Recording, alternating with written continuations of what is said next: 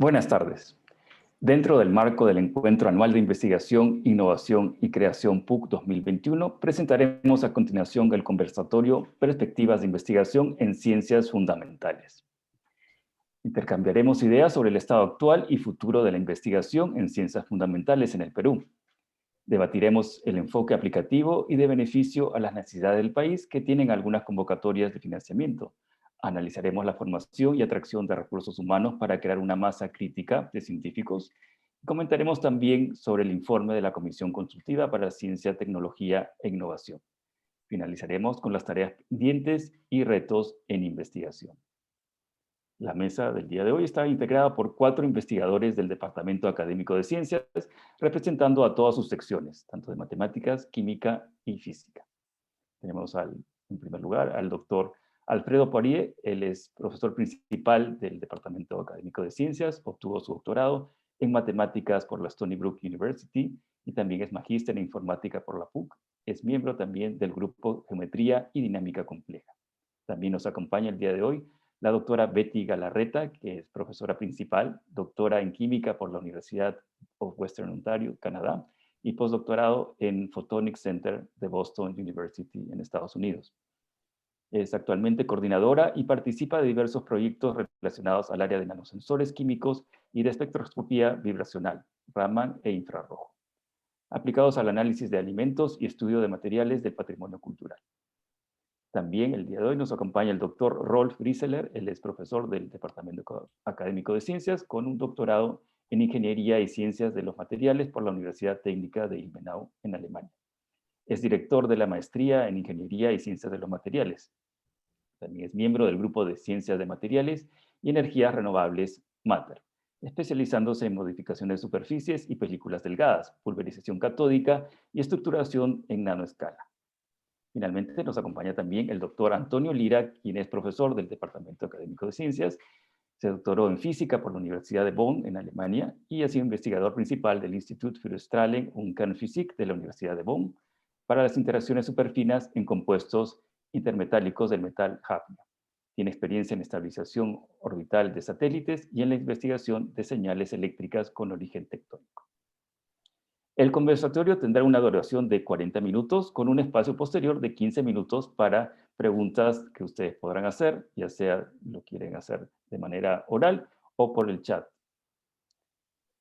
Esta actividad está planificada para terminar a las 7 de la tarde. Los invitamos a que nos acompañen durante estas exposiciones.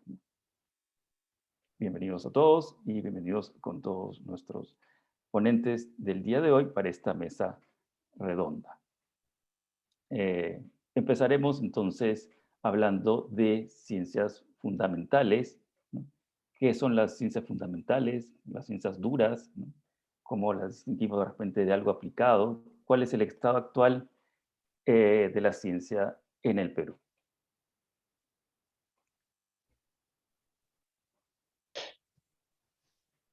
¿Alguno de los participantes quisiera comenzar? De repente, como decía Rolf, las damas primero. Sí, Ya, entonces yo hablo, no hay problema, yo puedo hablar primero para calentar. Antes de todo, también dar la bienvenida a todos ustedes. Muchas gracias por venir, los 4 oyentes que se han atrevido de venir por acá. Nos alegra mucho que han venido. Y sí es cierto que aparentemente se escucha que en los últimos años quizás las ciencias básicas han experienciado en el Perú, digamos, por un lado, de alguna manera un crecimiento que es positivo, especialmente con las estructuras que se han implementado a través del financiamiento del Estado, y también porque las ciencias básicas siempre han sido internacionales, por lo tanto creo que, y lo hemos visto presentando a los miembros de esa discusión de hoy día, que es que los científicos de ciencias básicas siempre han sabido de conectarse internacionalmente, ¿no? Por lo tanto, digamos, eso siempre ha sido una buena base también para la ciencia básica o ciencia peruana. Sin embargo, también estamos viendo que en los últimos años, 3, 4 años, hay un enfoque mucho más fuerte en el tema de aplicaciones, que también quizás por un lado es entendible porque estamos enfrentando un montón de retos en el Perú para fomentar, digamos, nuestras fuerzas locales, pero causa, digamos, quizás un poco la preocupación que se olvida un poco las ciencias básicas, ¿no? Que hay un movimiento mucho más fuerte a aplicaciones sin tener en cuenta que muchas de esas aplicaciones se tienen que fomentar en ciencias básicas como la matemática, quizás como la química, quizás como la física, ¿no? Por lo tanto, creo que estamos quizás en un punto donde decidir a dónde ir en ese desarrollo. Con eso termino para dar la palabra a los demás también.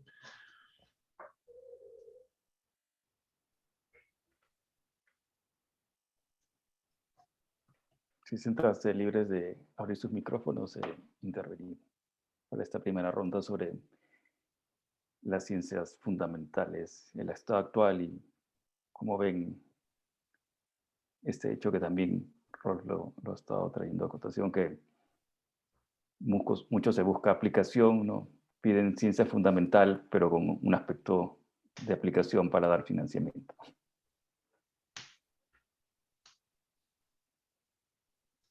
A ver, continúo yo. Estoy de acuerdo con lo que dice Rolf en términos de que ha habido un crecimiento en comparación a lo que otros colegas han señalado de cómo era, en mi caso particular, en química en el pasado, eh, donde los fondos eran minúsculos y con la justa se podría hacer algo, ¿no? Entonces ha habido un crecimiento, pero estamos creciendo a un paso bastante lento en comparación a otros países y en general, no solamente países de Europa o de Norteamérica, sino incluso en la región, ¿no? Hay un énfasis bastante fuerte en la parte aplicada que no deja mucho espacio para la ciencia básica en sí, sino que y es dentro del aplicado, es tan aplicado que un poco entran de ahí en duda, bueno, pero esto ya está hasta el punto que, ¿dónde está la novedad en términos de la publicación, más allá de lo que podría ser un tema que está en boga, que está en mucho interés, ¿no? Entonces, por ahí estamos todavía, yo creo que debería de haber un equilibrio. Parte, creo yo, también se desconoce muchas veces lo que implica el tener a los científicos que regresen acá al país, porque en muchos casos, y es más, en esta mesa estamos, o somos peruanos que hemos salido y hemos regresado, o son extranjeros que se han casado con un peruano o una peruana, y en casos muy puntuales algún extranjero que haya querido venir. Entonces, no necesariamente estamos en las condiciones eh, más atractivas todavía, que sean competitivas con otros países, ¿no? Entonces, eso, eh, hay iniciativas de fondos del Estado que sí promueven esto, pero se quedan cortos en términos de todo lo que implica, que no es solamente contratar a una persona con un sueldo súper alto, sino que además implica toda una infraestructura, toda una logística, todo un grupo que lo respalde para que esta persona se pueda ir desarrollando y pueda formar también a otros investigadores, ¿no? Entonces, hay, hay todavía muchas cosas hemos mejorado, pero hay muchas cosas todavía que requieren seguir mejorando, y tanto en las ciencias básicas como en las ciencias que podrían ser aplicadas.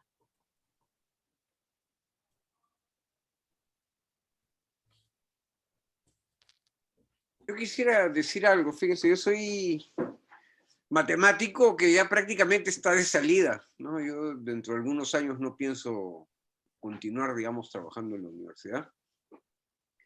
Podría decir que estoy vinculado con la universidad hace más de 40 años, desde que fui estudiante, y salvo un breve periodo de aproximadamente 7 años que estuve afuera, toda mi carrera la he hecho, incluso en la misma PUC. Y avances ha habido, pero son avances nominales, ¿no? Yo creo que cuando uno avanza a avances nominales, lo llama evolución, no está equivocado, porque el tiempo no pasa por gusto. Yo diría que comparativamente, si comparamos ahora 2020 con lo que podría ser 1980, estamos varios pasos por atrás. Si bien la cantidad de publicaciones per cápita, incluso globales, que pueda tener la comunidad científica peruana ha aumentado, eso se ha debido fundamentalmente a costa de los propios investigadores, ¿no? Propios investigadores que han sacrificado muchísimas cosas. Algo que es claro es que los investigadores en este país somos profesionales de tercera, ¿no? Eso es para la misma universidad, para el mismo estado, para cualquiera que lo pueda hacer. Y desgraciadamente no va a poder haber una evolución real sin un cambio de actitud, ¿no? Y ese cambio de actitud pasa no por aplaudir a los pequeños logros o las pequeñas contribuciones que pueda hacer el Estado a través del CONCITEC, o a los casi nulos incentivos que pueda dar nuestro propio empleador para ser investigador. Yo creo que se impone, y se impone rápido, un cambio de actitud, porque si no, como comunidad vamos a desaparecer. Me acuerdo en los años 80, quizás algunos de ustedes sean muy jóvenes o algunos de ustedes no tenían ningún vínculo con el Perú, ¿no? El que fue presidente en ese momento, se le acercaron a pedirle fondos para el Estado, y el arquitecto Belaúnde, lo que dijo es: ¿para qué necesitamos ciencia o matemáticas? Cuando las necesitamos la vamos a poder comprar, ¿no? Es una actitud que desgraciadamente sigue siendo el pan nuestro de cada día. Yo soy pesimista.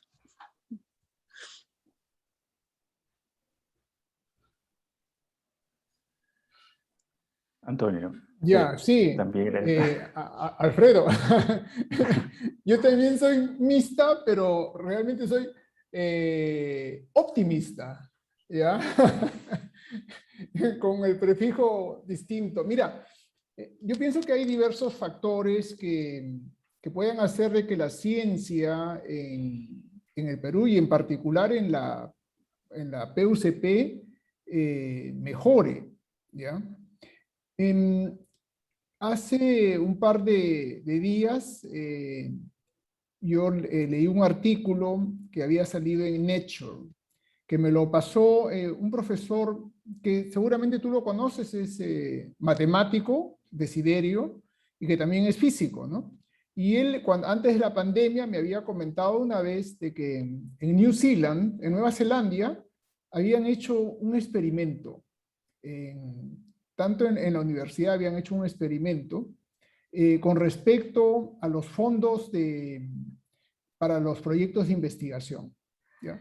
Antes, ellos lo hacían como ahora se hace en la PUCP, ¿no? De que los profesores, investigadores presentan sus proyectos, hay una comisión que los analiza y luego son premiados ciertos proyectos, ¿no? Ellos se habían dado cuenta en Nueva Zelanda de que eso realmente, formalmente, todo era ok, todo era muy bien, pero se daban cuenta de que los resultados de la investigación no eran los mejores, ¿ya? Eran normales, pero no eran los que lograban, digamos, pasar del estándar medio, ¿ya? Y ellos se pusieron a analizar, decían, ¿por qué? Si realmente los investigadores se esfuerzan bastante por preparar sus proyectos, la comisión que decide qué proyectos se van a financiar también se esfuerza bastante, pero al final de cuentas ellas tenían una sensación de que no producían algo extraordinario los de Nueva Zelanda. Y se pusieron a analizar seguramente que las comisiones, digamos, de la universidad no eran tan objetivas. A veces uno tiende a tener, digamos, una cierta parcialidad. Y al final de cuentas salen los mismos proyectos con los mismos investigadores, son los que van a ser financiados, ¿ya? Ellos mismos también se dan cuenta de qué cosas tengo que poner en mis proyectos para que salga ganador, ¿ya? Y se especializan, ya son como campeones mundiales en perfeccionarse y de tal forma que siempre salgan los mismos proyectos. Ellos saben qué cosa poner y qué cosa le gusta escuchar a la gente, ¿ya? Lo que decía Betty, de que al final de cuentas sale algo tan especializado, bueno, pero como es la cosa que está de moda y yo quiero que me den financiamiento, es un círculo vicioso, ¿ya? Y la tentación es muy grande, pues, ¿no? Uno no quiere estar sin plata, ¿ya? ¿Qué hicieron los de Nueva Zelanda? Algo que a ustedes les va a dar risa. Utilizaron el método del sombrero, ¿no? Que ahora quizás en el Perú está de moda, los sombreros. Y hicieron algo bastante interesante, innovador, ¿ya? Pero hay que tener valor para hacer eso. Ellos dijeron, miren, vamos a hacer lo siguiente. Vamos a dejar que pasen todos los proyectos en esta comisión, todos los proyectos que sean razonablemente válidos, ¿ya? Los muy malos, naturalmente no. Los muy buenos, naturalmente sí, ¿ya? Ellos sí reciben su financiamiento. Pero, si por ejemplo tenemos 100 proyectos y todos son ok, pero solamente hay, vamos a hacer una inversión en 20 proyectos, de esos 100, lo vamos a poner en un sombrero y vamos a sacar al azar los 20 proyectos.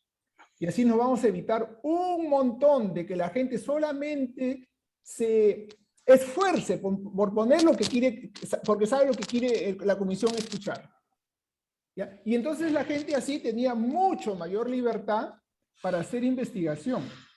Un dato importante es, por ejemplo, en la Universidad Católica, la mayoría de los profesores no son profesores nombrados, no son profesores principales, no son profesores nombrados realmente. Son los llamados TAP. TAP es un profesor que lo contratan por un ciclo y al siguiente ciclo puede estar en la calle, ¿ya? Y siempre con la excusa, no, pues es que puede irse a otra universidad. Mentira, hay profesores que son TAP de hace 20 años, ¿ya? Y son la mayoría de la universidad. Esos profesores, por ejemplo, a veces son los profesores que en las encuestas son los más queridos de los alumnos. A ver, muchos de ellos sacan más de 90%, 100%, son top, ¿ya? Y muchos profesores principales a veces tienen una encuesta de 60%, pero sobreviven, pues ya están adentro, ¿no? Entonces, esos TAPs, también hay algunos que quieren hacer investigación, pero nunca, solamente por el hecho de no ser nombrado, nunca va a recibir un cobre para hacer investigación, a pesar de que pueda ser que tengan buenas ideas, ¿ya?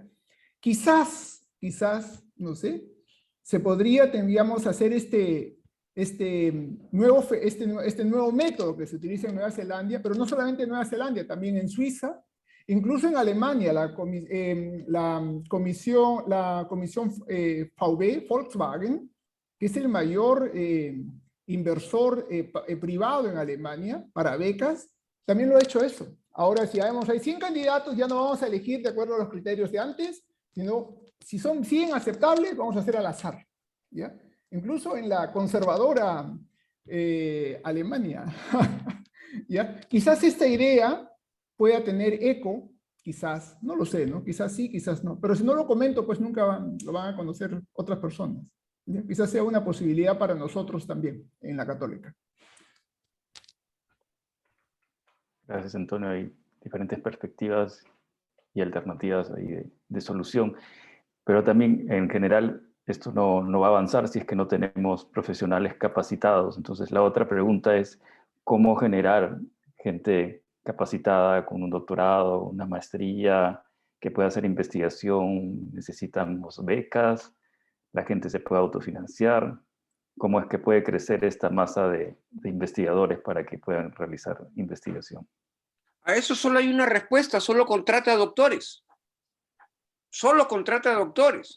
Y yo me he acercado donde funcionarios de la universidad con ese argumento y te dicen, ah, no, nos ponen una cuestión de amparo. ¿No se jacta la universidad de tener los mejores abogados del país? Claro, nunca han perdido un juicio porque le temen a todos los juicios. Sencillamente no hay respeto por la investigación, no hay respeto por la profesión. La gente que está arriba quiere quedarse arriba y sencillamente siguen los votos. Jamás se van a atrever a no contratar a alguien que no merece estar en la universidad. Esa ha sido mi frustración durante 40 años en esta universidad. Y fíjense, si yo me quejo así en la Universidad Católica, ¿cómo serán en otras universidades nacionales? Y también no hay que ser injusto, ¿no? Eso también incluso ocurre en algunos países de Europa a diferente escala y el resto del mundo.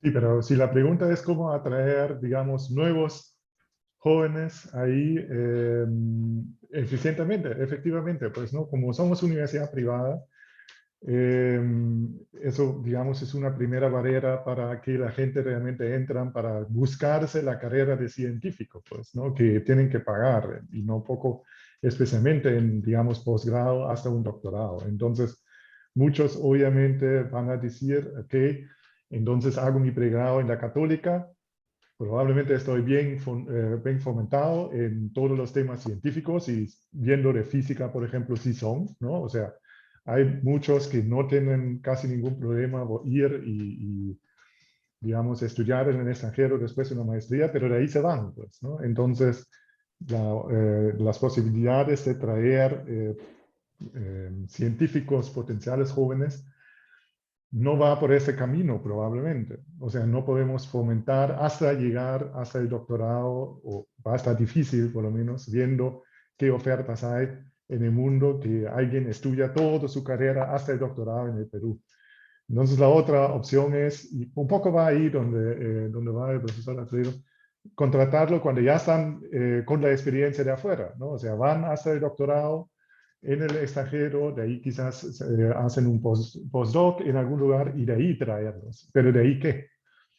¿Qué vas a hacer, qué vas a hacer con ellos? O sea, de ninguna manera pueden hacer puramente enseñar y hacer sus 10 horas de cursos y todo eso, y dónde queda la investigación. Mientras que no hay la figura realmente de un investigador y que no tiene que, digamos, fiscalizar su investigación, ¿no? Eso va a estar difícil de atraer nueva gente, pues, ¿no? O sea, porque para alguien que le enseña es fácil, ¿no? Has cumplido 10 horas, entonces ahí está, pues, ¿no? Ahí está el número. ¿Qué has cumplido? Entonces ese te pago. Pero alguien de investigación, ¿cómo vas a sacar cuenta que ha trabajado bien o mal en investigación? Uno puede decir, pues, a través de publicaciones. Pero eso llega a un punto donde tú publicas cualquier cosa sin sentido, solamente para llegar a números, ¿no? Entonces, ahí debe que estar el cambio. Que ciencias, no necesariamente, especialmente en ciencias básicas, siempre debe que tener algún resultado contable que yo puedo decir, ok, eso es un buen científico, eso es un mal científico. Debe que haber la posibilidad que el científico se equivoca, ¿no? Que hace errores para aprender de ello y de ahí salir mejor, ¿no? Para tener la posibilidad de lanzar un proyecto que probablemente está a alto riesgo, que puede fracasar, pero cuando pasa ya es, digamos, un proyecto que llama Antonio un proyecto de impacto, ¿no? Que realmente rompe esa barrera de, no quiero decir científico promedio, ¿no? Pero que realmente sobresale, pero eso siempre requiere riesgo. Y si no damos la posibilidad al científico que va a ese riesgo, nunca vamos a pasar por ahí, diría yo, en mi humilde opinión. Y una pregunta, Rolf, con el material humano que ves alrededor, ¿tú crees que acá se puede hacer un proyecto de impacto? ¿Sí o no? Yo creo que sí. O sea, la cosa es que si Esa es una respuesta política, políticamente no, claro, correcta. o sea, no solamente eso. O sea, personalmente yo veo que hay mucha gente que sí quieren, especialmente de los que están presentes también, que sí quieren hacer ciencias de impacto, que se están esforzando con los recursos que hay realmente a hacer ciencias a nivel internacional y especialmente, digamos, sin acercar o sin hablar mal de alguien, pero digamos los que, digamos que ahora están entrando en esa carrera de académico peruano, ya como digo, con un doctorado de afuera, que están volviendo por alguna razón, Betty ha mencionado algunos, realmente vienen con esa formación, con la posibilidad de trabajar internacionalmente, que tienen sus redes que traen hacia el Perú. Por eso digo, el camino más a corto plazo o mediano plazo debe que ser quizás esto, realmente traer a la gente que traen todas sus redes y darles aquí la posibilidad que sigan trabajando, porque obviamente si algún estudiante brillante, digamos, o bueno ve que aquí no hay las posibilidades ni los recursos para avanzar, entonces se va a ir al extranjero. Pero si traemos a los científicos y de ahí les damos la posibilidad que trabajen en los laboratorios, ya pues, ¿no? De ahí puede crecer algo, ¿no? El capital humano, digamos, todavía veo que sí hay bastante, especialmente en los cursos donde yo estoy, pero me imagino que ustedes también, hay gente que tiene esa curiosidad, que de vez en cuando me hace falta en los países más desarrollados, porque ellos dicen, ellos ya saben de todo, ¿no? Digamos. Pero aquí sí, hay mucha esa curiosidad científica de ir y preguntar por qué es eso, cómo es eso, y realmente ver quizás nuevas cosas. Quizás mucho más que de vez en cuando en los países más desarrollados, donde ya los estudiantes entran en las universidades y creen o asumen que ya saben igual de todo. Alfredo, mira, de acuerdo a tu pregunta, aquí en la Universidad Católica tenemos una forma muy, no sé, muy PUCP o muy peruana o muy limeña de ver las cosas. Nosotros pensamos, digamos, que la mayoría de los profesores, ¿ya? Incluso profesores principales, que solamente dictan sus clases y ya está, ya con eso ya la hice. Y realmente no colaboran en nada con la ciencia, ni tampoco les gusta la investigación científica, ¿ya? Ese tipo de profesores todavía se puede dar el lujo de vivir en la Católica, y muchos, ¿ah? No que sean poquitos, ¿ya? Es un montón. Y hay otro grupo... Discúlpame que te interrumpa, yo ya sé que es así, y tenemos que vivir con eso. El problema es que lo seguimos contratando. Ah, no, pues. Mientras la universidad se lava la boca diciendo que hoy somos una cuestión de excelencia, se sigue contratando gente que a uno no le daría trabajo ni en una escuela secundaria. Es lo terrible. Claro. Ya, entonces, fíjate, ahí tendríamos que cambiar la estructura de la universidad. No pensar que solamente un grupo de profesores, los llamados profesor investigador, que solamente se dedica a investigar, y bueno, vayamos a saber qué cosa investiga, ¿ya? Que solamente se dedique a eso. Por ejemplo, en Alemania es imposible imaginarse en una universidad normal que un profesor no dicte clases. Va a dictar sus clases no como en la católica, que es extremo, ¿ya?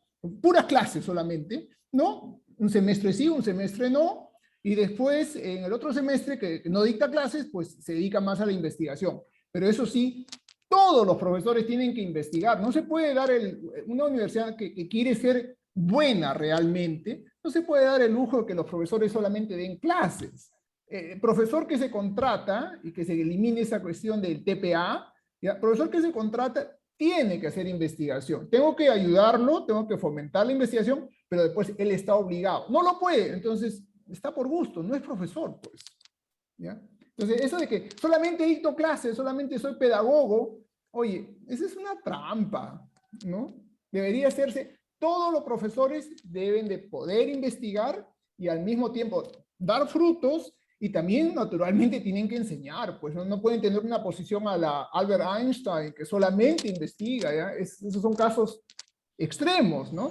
Entonces ahí hay que cambiarlo, claro, hay que cambiar esa estructura de la universidad, si no, no se va a avanzar pues en la dirección correcta.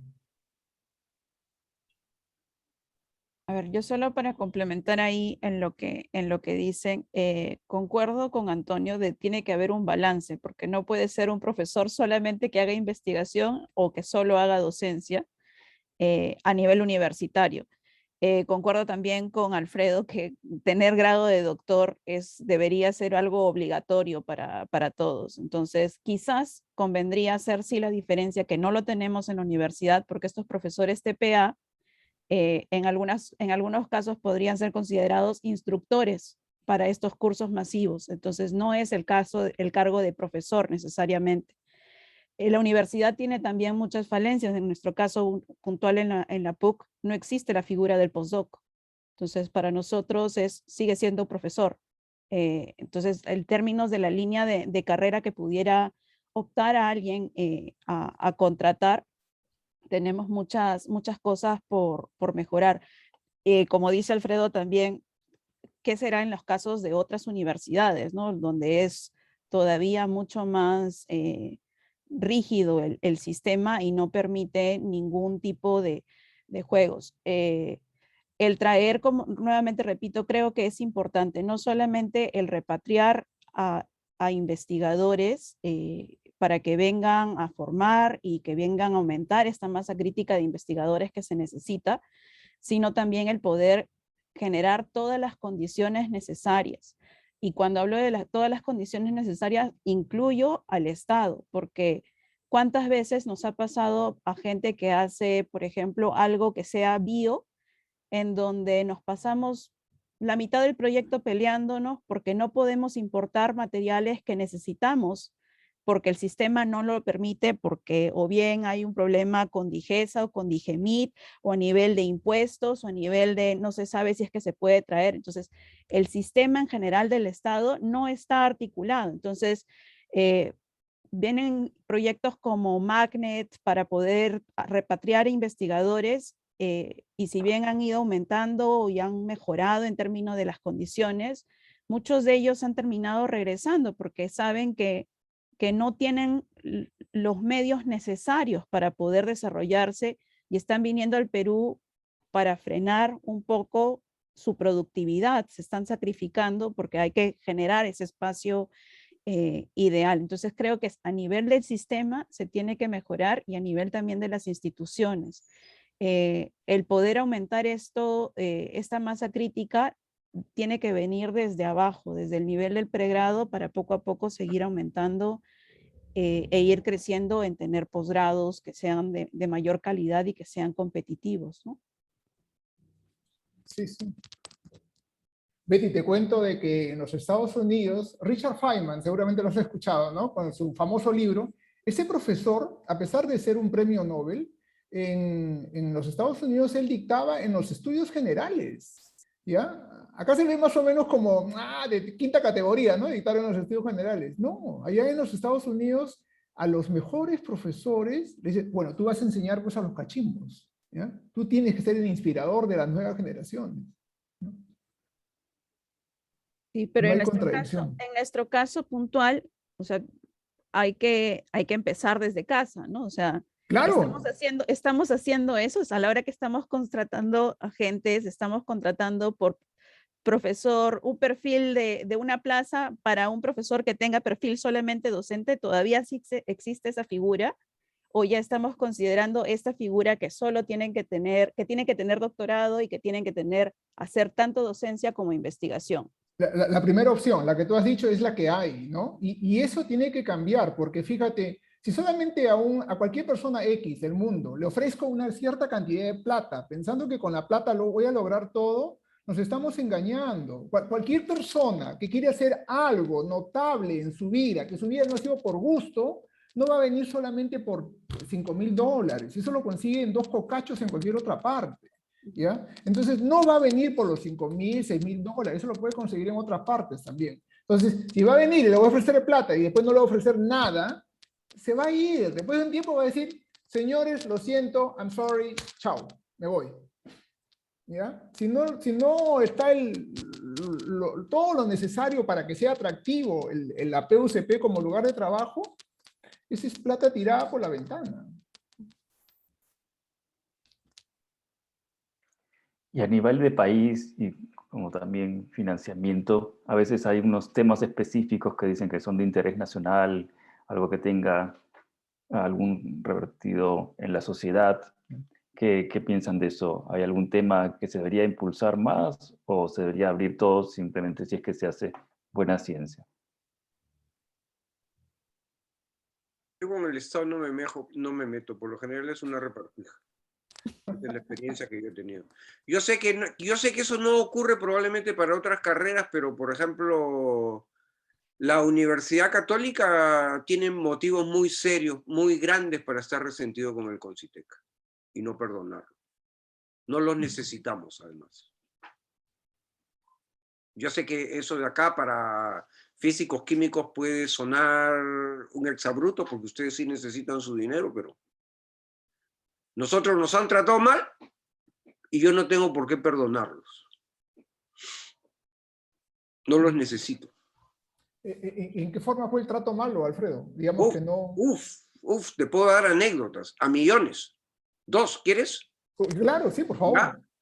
Sí. Estamos rondando alrededor del año 2000. En esa época calificaban a los tesistas de maestría, en este caso, con nota de 0 a 100. Entonces decían, calidad del alumno, 20 sobre 20. Calidad del tema, 20 sobre 20. Calidad del asesor, 20 sobre 20. Aplicabilidad social, 0 sobre 20. Universidad de origen, 0 sobre 20. Puntaje mínimo para recibir financiamiento de 70. Descalificado. Ah, Y no te rían, ¿eso es maltrato o no? No sé. sí, pues... ¿Quieres una más cercana? Cuando Sí. competíamos con la uni para que nos den fondos para apoyar a nuestros alumnos de la maestría, para que estén becados y que trabajaran a tiempo completo. Bueno, te cuento que en última instancia el resumen era que todos los profesores a tiempo completo, la mitad de los profesores a tiempo completo que dictaban en la Universidad Católica también tenían algún tipo de vínculo con la uni, por lo tanto se podían considerar profesores con la uni, ergo la uni tiene mejor plana, ergo la maestría de la uni merece ser aprobada, 0 soles para la Universidad Católica. Pero ese es perdóname, pero ese es el silogismo perverso del Estado, que busca cualquier argumento para torcer y descalificar a los que no están alineados con él.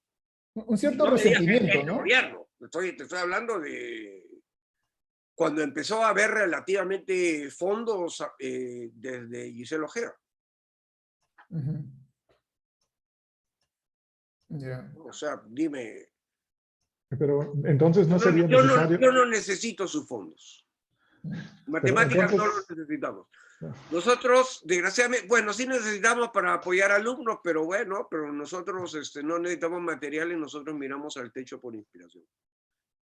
Bueno, Alfredo, lo que tú dices más o menos me hace recordar a la que era rectora de la Universidad Cayetano Heredia, que también fue, creo, presidenta del Concitec, no sé cómo se llamaba ella.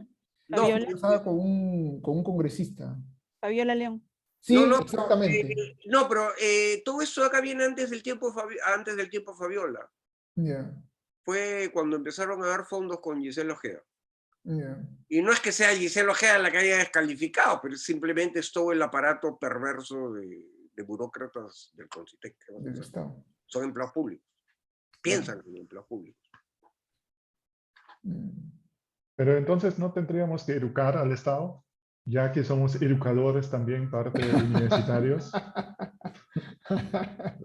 Básicamente es eso, pues. O sea, yo creo que muchas veces nos ponemos en nuestros, como se dice, torres de marfil.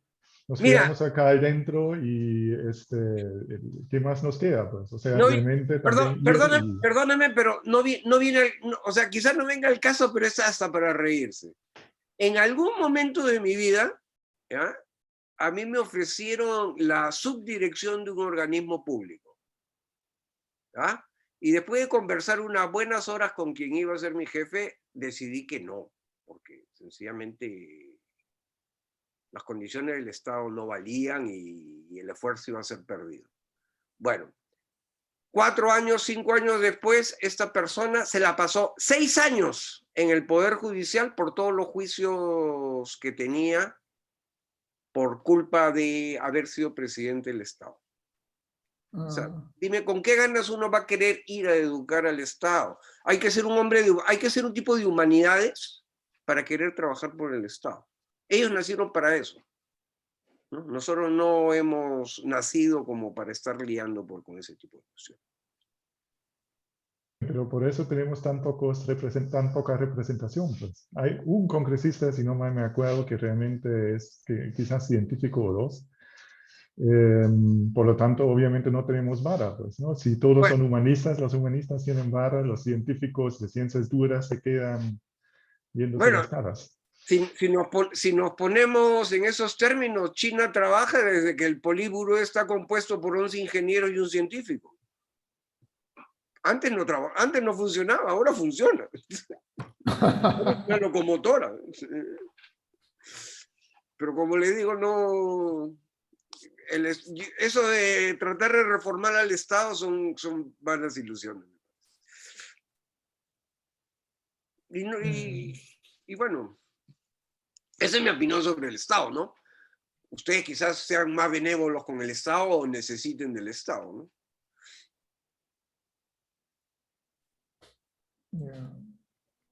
Bueno, en los Estados Unidos muchas de las universidades o instituciones hacen lo que ahorita Alfredo propone, ¿no? Digamos, de ser independientes del Estado, ¿ya? Y tomar mi rumbo, pues, ¿no? Y buscar los dineros o los capitales que sean necesarios por otro lado, ¿no? No necesariamente depender del Estado, ¿no? Sí, pero por otro lado, si ves el sistema alemán o francés o italiano, hasta por partes del español, sí hay una influencia posible fuerte del Estado con Sí, las claro. estructuras adecuadas, porque ahí sí tienes la posibilidad de ir, por ejemplo, un proyecto de riesgo. Si lo haces al privado, siendo una universidad privada, obviamente en algún momento tienes que pensar en el dinero. Pues, ¿no? Puedes arriesgarte de lanzar el uno o el otro proyecto o no. Por lo tanto, todavía no tiro la toalla, creo, pero... Bueno, pero ¿qué vamos a hacer? Vamos a tener que esperar tener acá un canciller que sea físico, pues, claro. canciller, ¿cómo se llama? PhD en física nuclear para... Modesto Montoya. Por ejemplo, no solamente eso, la canciller alemana es una física, pues, ¿no? Así es que... Por eso, es PhD en física nuclear. Por supuesto, pues, ¿no? Pero... diría José, lánzate, pero ya pues, ¿no? Ahí están, o sea, creo que quejándose del Estado uno no sirve, porque igual van a hacer lo que quieren, pero la posibilidad quizás debe que ir, o nosotros tenemos que educar también a los que estamos educando para que sean responsables y que también aspiran quizás a esos puestos.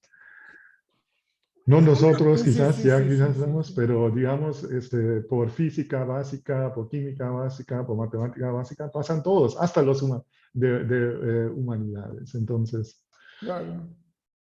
¿no? Mira, deben que ver que la ciencia básica sí vale la pena y sí tiene una importancia y tiene influencias hasta en temas de gestión, en temas de humanidades y en temas de ciencias políticas, ¿no? Si no puedo sumar 1 más 1, ¿cómo voy a estar un buen político? Pues, claro, uno individualmente no puede cambiar nada. Y si lo ponemos así, nuestro punto de partida es la Universidad Católica. Y desgraciadamente la Universidad Católica, con todos los derechos y atribuciones que le da la ley universitaria de ser autónoma, de improvisar, ¿no? El manejo universitario, el manejo educativo, simplemente no se atreve a hacerlo. Eso es una buena observación, ¿eh? Eso es una buena observación. Y hay que ver por qué, ¿no? ¿Por qué es eso así, no? Bueno, porque está manejado por los humanistas, pues, ¿qué vamos a hacer? Yo siempre lo he dicho, ¿eh? Tendremos que participar también en la política universitaria. Yo ¿cómo se dice? A los señores que manejan la universidad, yo encantado, los invito a mi casa a tomar té, galletitas, a hablar de política y de literatura, pero ahí se queda. No me parece que sepan algo de gestión universitaria. Bueno, de repente damos un poco de espacio a nuestro pequeño público que de repente tiene ganas de hacer alguna pregunta y si no seguimos conversando también. Entonces abrimos esta oportunidad para aquellos presentes si quieren dejar alguna pregunta por el chat o abrir sus micros y también participar directamente.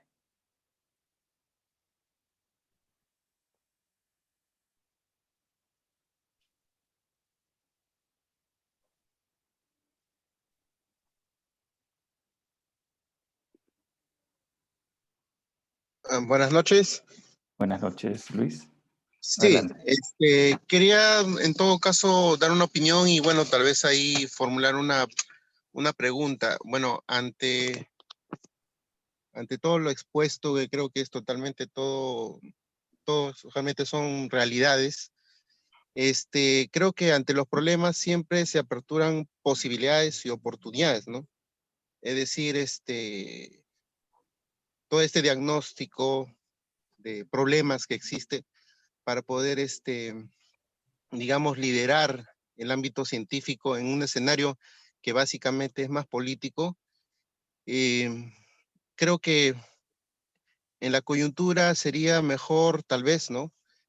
Hacer el esfuerzo como tiene Católica y creo que tiene muy buenos representantes, con los que sí se conocen y con los que sí pueden tener la misma línea de proyección, así sean pocos, sean pues los que inicien, ¿no?, los primeros pasos y de esa manera también, tal vez con esa experiencia que puedan tener de haberlo logrado, de dar unas pautas o líneas de ruta hacia la ciencia, digamos, ya en el futuro, dar las recomendaciones en otras universidades o sobre todo, y lo que a mí me interesa, y creo que sí motivaría a los, no solamente los ingresantes de universidades, sino yo creo en algún momento charlas a jóvenes estudiantes que algunos son muy pocos. Uno de cada salón de 50 alumnos, siempre hay uno que sueña en ser algo de científico, pero se le disipa con el tiempo al ver que no hay pues referentes luchadores, ¿no? Esa era tal vez la pregunta tendría que ser si hay ese reto dentro de los científicos ahí en la Católica de querer buscar una posibilidad de unirse, ¿no?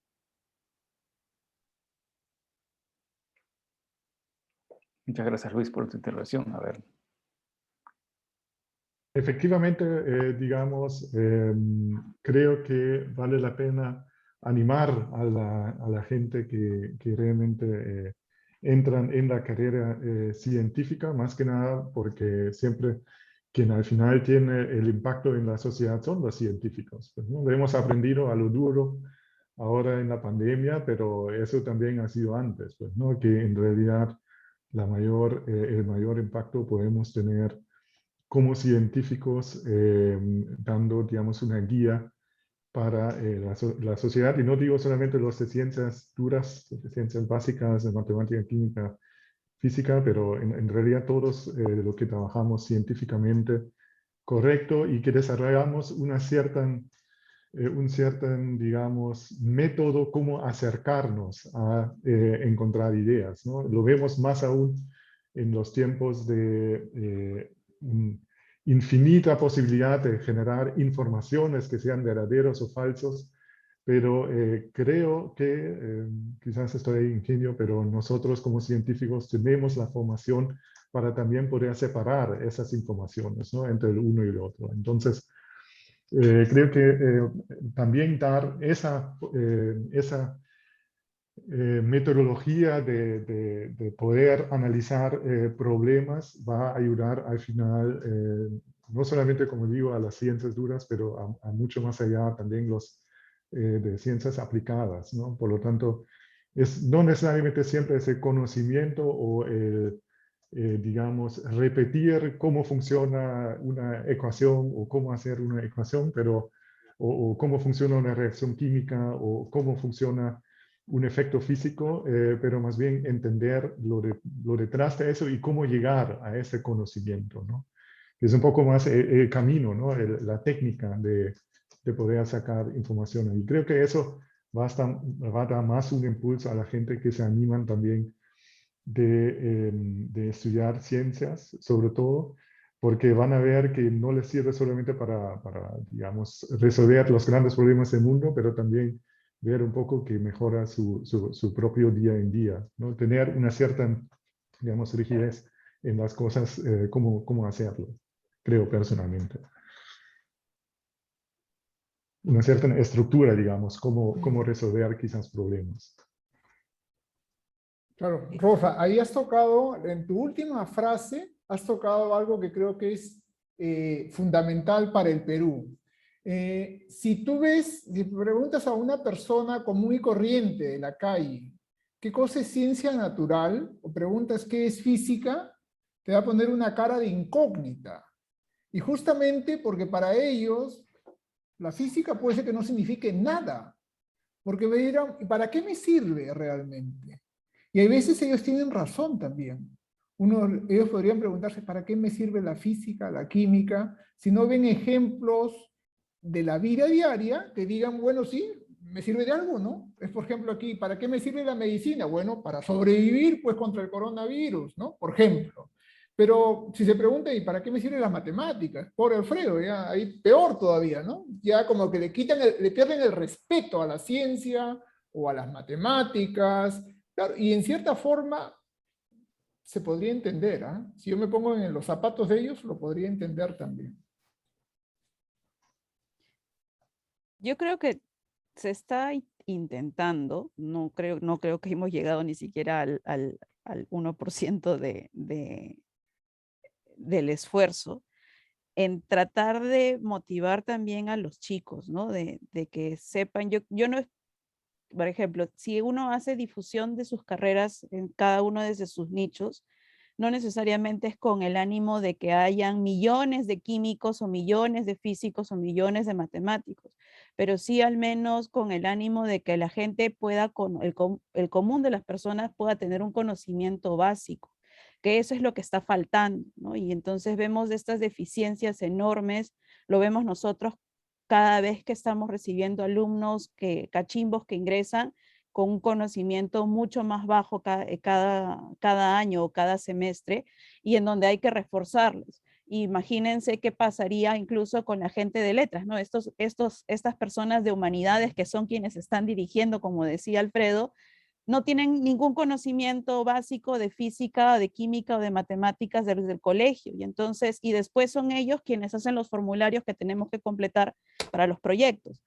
Entonces, si al menos giramos un poco la mirada, no solamente hacia avanzar y desarrollar en la línea de investigación y en temas que nos ayuden a aumentar el conocimiento, sino también en cuál es nuestra aproximación en las escuelas para que estos alumnos vengan mejor preparados, creo que podemos llegar poco a poco, no mañana, no pasado, quizás nosotros no lo veamos, pero sí las próximas generaciones. Hasta ahora, por ejemplo, cada vez que he intentado buscar, ok, ¿qué es lo que se hace en química en el Ministerio de Educación? ¿Qué es lo que se pide? ¿Y cuál es la relación que tiene el CONCITEC con el Ministerio de Educación? No hay ninguna conexión exacta. Entonces, todos estamos tan disgregados y estamos cada uno apuntando por cada lado, que se están perdiendo oportunidades que podríamos empezar con las generaciones que vienen mañana, ¿no?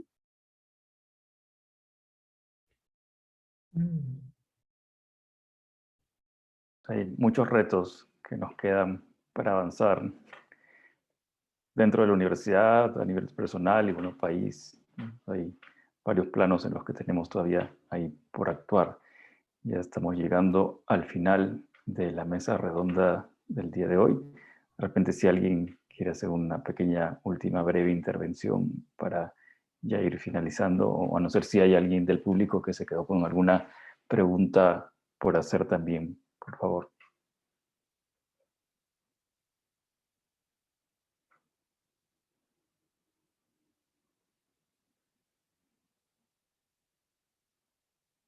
Parece que del público no hay ninguna nueva intervención, entonces si quieren cerrar ya para despedirnos de esta mesa. Y si no, yo empiezo otra vez. De todo modo, creo que hay ahí un montón de retos que hacer. Creo que un poco ha sonado como si fuéramos quejándonos los científicos, que básicamente nadie nos quiere, pero no es cierto, ¿no? Yo creo que estamos ahí siempre con las posibilidades de mejorar. Personalmente creo que también quizás, y lo voy a repetir, nosotros como científicos, comunidad científica peruana, nos tenemos que meter más, nos tenemos que dar también, entrar más en la comunidad, ¿no? Tenemos que dar quizás una mejor visibilidad y, como dice Betty, empezar desde tal vez antes de la universidad, dar realmente esa visibilidad. Y con eso realmente creo que hay un buen camino en adelante para, por supuesto, muchos retos, pero con la posibilidad de realmente mejorar un poco también la visibilidad en el mundo general de la ciencia peruana, ¿no? Quizás no necesariamente como puramente peruana, pero por lo menos como latinoamericana, pues, ¿no? O sea, vemos que nuestros países vecinos sí logran visibilidad internacional en algunos puntos y creo que nosotros como país Perú también lo podemos lograr, ¿no? Entonces yo más bien lo veo más optimista que quizás el uno o el otro presente y creo que podemos hacer el esfuerzo de realmente lograr, sobre todo creo que más visibilidad. Eso mínimo puede ser un reto que podemos llevar para el futuro no tan lejano.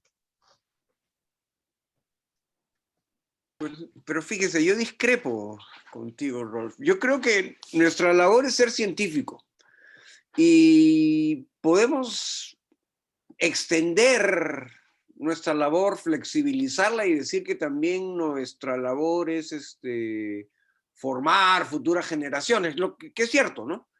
Pero yo creo que si lo extendemos a algo más, como hacer visible todo eso, acá nos estamos sobreextendiendo y no vamos a hacer ni uno ni lo otro bien, ¿no? Yo creo que insisto, nuestra principal labor es hacer ciencias, ¿no?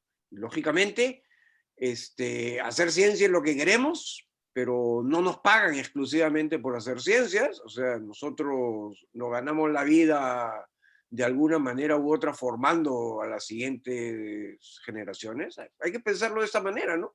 La universidad como tal también es un negocio, ¿no? Entonces, ¿no? Tenemos que ser parte de ese negocio.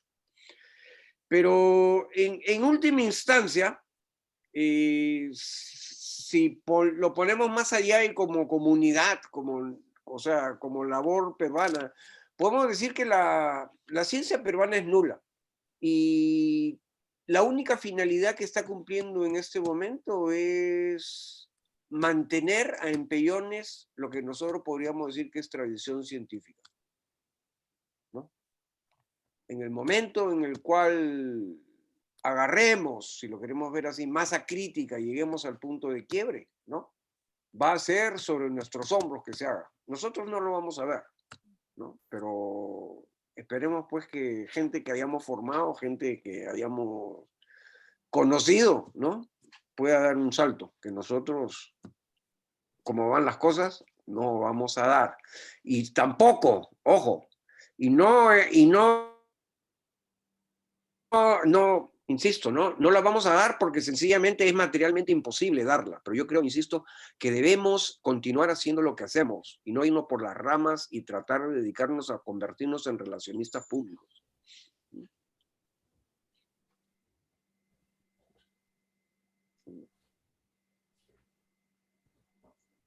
Eso es todo. Ya. Yo lo veo un poquito más, digamos, con más optimismo, Alfredo. Mira, yo pienso de que no debemos de pensar que para el futuro, no nada del futuro. Yo creo de que es una labor del presente.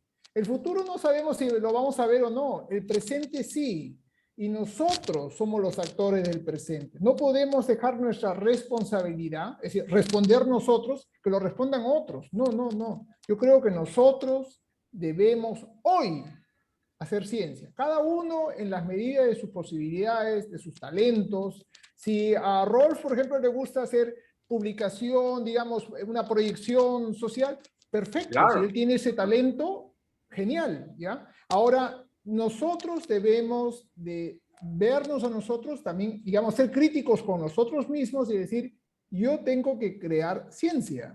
¿Ya? Para eso he nacido, no para otra cosa. Y no para mañana, para hoy, ¿ya?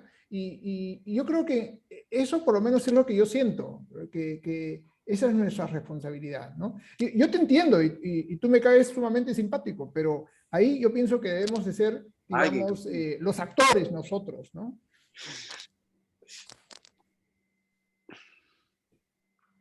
Y creo que van a haber en general, ¿no? Vamos a estar formando científicos, pero no todos necesariamente se van a desarrollar al final como científicos. Entonces van a haber algunos que van a tener más un espíritu quizás más administrativo, algunos que van a ser con un espíritu más enfocado hacia el lado de la docencia. Y no es que exista un único perfil de científico, ¿no? O sea, una persona que ha estudiado, que tiene una base en ciencias, no todos necesariamente van a ser académicos, o sea, eso hay que tenerlo claro y no es menos importante, porque cada uno tiene su propio nicho. Creo que hacia eso debemos de ver justamente todo este espectro de posibilidades y cómo cada quien puede contribuir desde su propio espacio, con sus propios, con su propia vocación, ¿no? Muy bien, muchas gracias a todos nuevamente por su participación, para también los que nos han acompañado en esta tarde en la mesa redonda sobre ciencias básicas, ciencias fundamentales, ciencias duras o como quieran llamarlo. Entonces, todavía queda bastante por hacer, como dice Antonio, desde ahora. Y los invitamos, pues, entonces a continuar también con otras de las exposiciones y los eventos que tienen preparado la universidad en el Encuentro Anual de Investigación, Innovación y Creación. Y por el día de hoy, entonces, ya nos estamos despidiendo. Que tengan una buena noche y gracias nuevamente por haber participado. Chao a Gracias. todos.